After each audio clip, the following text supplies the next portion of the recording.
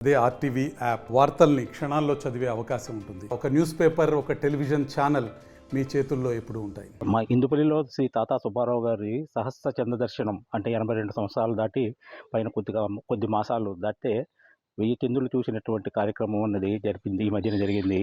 ఇది నిజంగా చాలా సంతోషదగ్గ విషయం. మాలాంటి వాళ్ళందరికీ కూడా ఎంతో గ్రామస్తులందరం కూడా, బంధువులు అందరం కూడా చాలా ఆనందిస్తున్నాము. సహస్ర చంద్రుని చూడడం అన్నదే గొప్ప విషయం జీవితంలో. ఆరోగ్యంగా ఉండడం, భార్య ఆరోగ్యంగా ఉండడం, పిల్లలందరూ వృద్ధిలోకి రావడం, ఇవన్నీ చూడడం నిజంగా చాలా అదృష్టమైన విషయం. అలాంటి కార్యక్రమం చేయాలనేటువంటి పిల్లలు ఉండడం కూడా చాలా అదృష్టం. మా విశ్వనాథన్ ఈ విషయంలో అభినందిస్తున్నాను.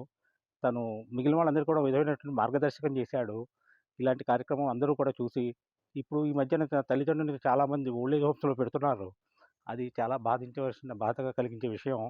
అలాగే ఇది చూసినట్టయితే వాళ్ళందరికీ కూడా ఒక ప్రేరణ కలుగుతుంది, స్ఫూర్తి కలుగుతుంది. తల్లిదండ్రులందరూ కూడా చూడాలి, అలాగే వాళ్ళకి ఇలాంటి కార్యక్రమం చేయాలి అనేటువంటి స్ఫూర్తి కలిగించడంలో విశ్వనాథ్ సఫలీకృతుడయ్యాడు. విశ్వనాథ్‌కి నిజంగా మా అందరి తరపున అభినందనలు తెలియజేస్తున్నాము. మా గ్రామంలో జరగడం మాకు చాలా సంతోషంగా ఉంది.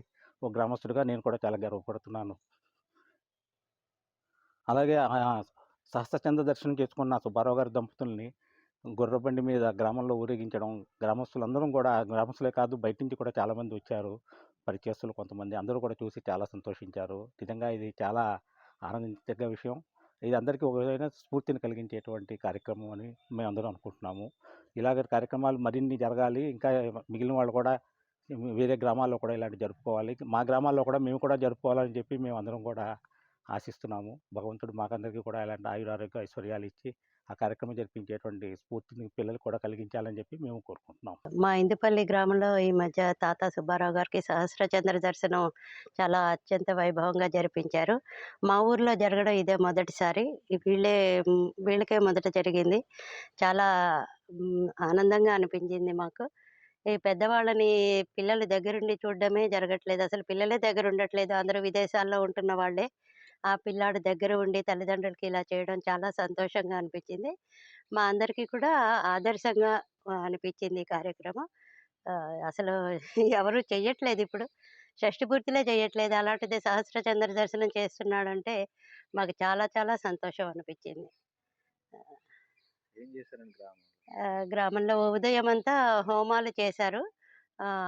మండపాలు పోసి హోమాలు చేశారు. సాయంత్రమేమో పుష్పాభిషేకం, గుర్రబండి మీద ఊరేగించి తర్వాత పుష్పాభిషేకం చేశారు.